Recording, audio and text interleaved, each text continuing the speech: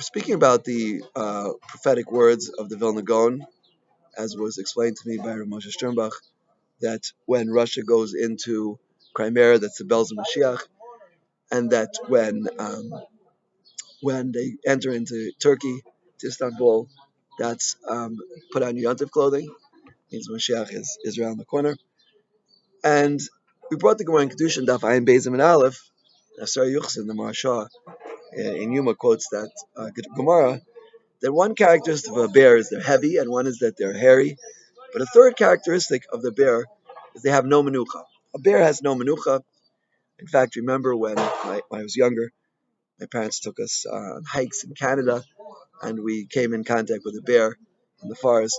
He was eating from the garbage bales that were hanging on a stick.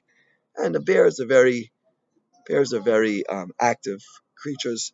They have no menucha. Right? And in fact, if we are trying to overcome the Sar of Dubiel, which is the avoda today, as we know, as we've explained in the last year, that the Sar of Dubiel, Rav Sternbach told me, the Sar of Russia is Dubiel, and Dubiel reaches a certain peak, certain strength, then the Russians can move into Crimea and into Istanbul. We want to overcome the Sar of Dubiel. We have to copy their actions. We have to also have no rest, as it were. We have to combat Dubiel with Dubiel's own characteristics. And the Gemara in Sanhedrin, Daf Sadiches Abeis, very famous Gemara. The Gemara says, "Sholu Talmidim is Rabbi Lezer, Ma Yasa Adam Yinatzel Michevelu Shem Mashiach." What can a person do and be saved from the Chevlei Mashiach? Rashi says, Chevlei Mashiach. Chevel is the lashon of goyrel, right? And it's also lashon of pachad v'chavalim, right? Shiu b'yamav michela umos. There'll be tremendous fear from the nations of the world, from the armies of the world. And I received a letter last week from a woman in America who heads a group of tefillah, Mrs. Capel from Anenu, and she said the women are very afraid what's going on. Russia is moving into different countries, and who knows? Putin, who knows what he has up his sleeves, what he has in mind. But Rashi says, Chevlei Mashiach is p'chodim b'chevalim b'yamav michel umos. Right? We said previously, we just said that the Tsar of Dubiel is characteristic by the bear. The Russian people are characteristic of bears. The Semel of Russia is the bear, and the Tsar in Shemayim of the Russians is the bear. And we said the bear is hairy, the bear is heavy, but the bear also has no menucha. And if we want to have a hatzalah from the bear, from Dubiel, we have to fight him in his own arena, as it were.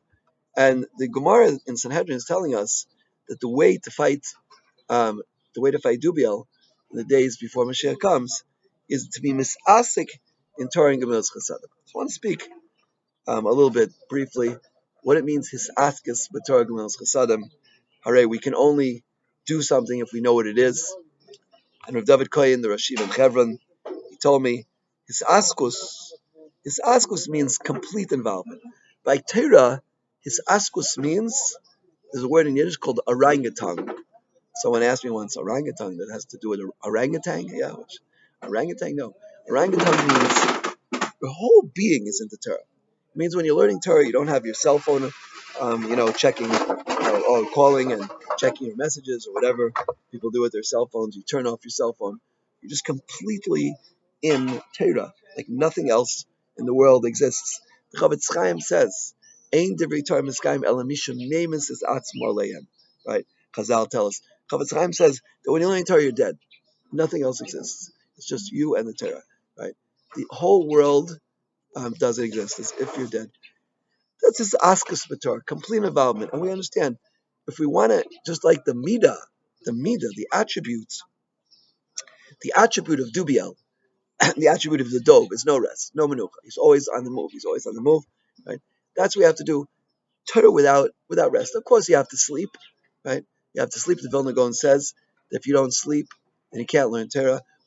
If the neshama stays in the goof too long, it's going to destroy the body, because it's going to turn the body into a non-physical entity. It's going to burn up the body.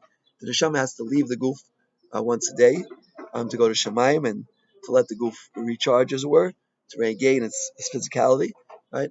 That's why we wake up in the morning, we wash your hands, because the neshama left the body, right? But as much as possible, a person has to learn Torah without hisaskus. If he's learning half an hour a day, no interruptions. He's learning an hour a day, no interruptions. You learn 12 hours a day, no interruptions as much as possible. Of course, look, there's exceptions. The people who work in Pikuach Nefesh. I mentioned the Gra. The Gra didn't learn medicine because he didn't want to be interrupted in his Torah.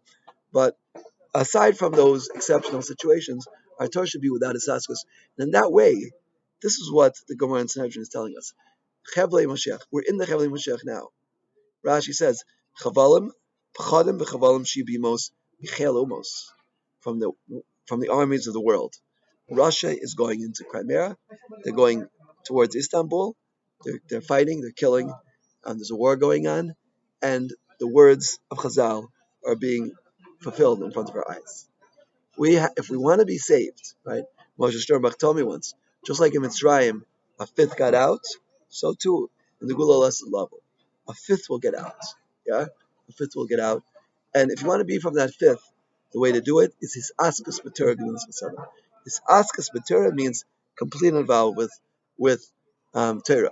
As much as possible, we're learning, completely focused on it. How do we do that with gemilas chasadim? That we're going to speak about B'ezrat Hashem in the next year. Hashem should give us tremendous siyat d'shmaya, that our Torah should be stronger and stronger. We should be zeicher to free from the fifth of that are nitzel from Chevli Mashiach. We shouldn't panic. We shouldn't panic. Anybody who's listening to this shir and takes what I'm saying seriously, these are words that I heard from Rav Moshe Sternbach. These are words that I heard from David Koyen. These are the words that I heard from Rav Azriel Orbach. And these are the words that I heard from Rav Shlomo Safrani. Many, many Gedolim. They're all saying the same thing. This askus b'Torah and gemilas v'sana. Now, we spoke about this askus b'Torah. B'ezrat Hashem in the next year, I'm going to speak about hisaskus b'gemilas v'sana, which is extremely important. Hashem should give us siyata shmaya and then kain ritzah.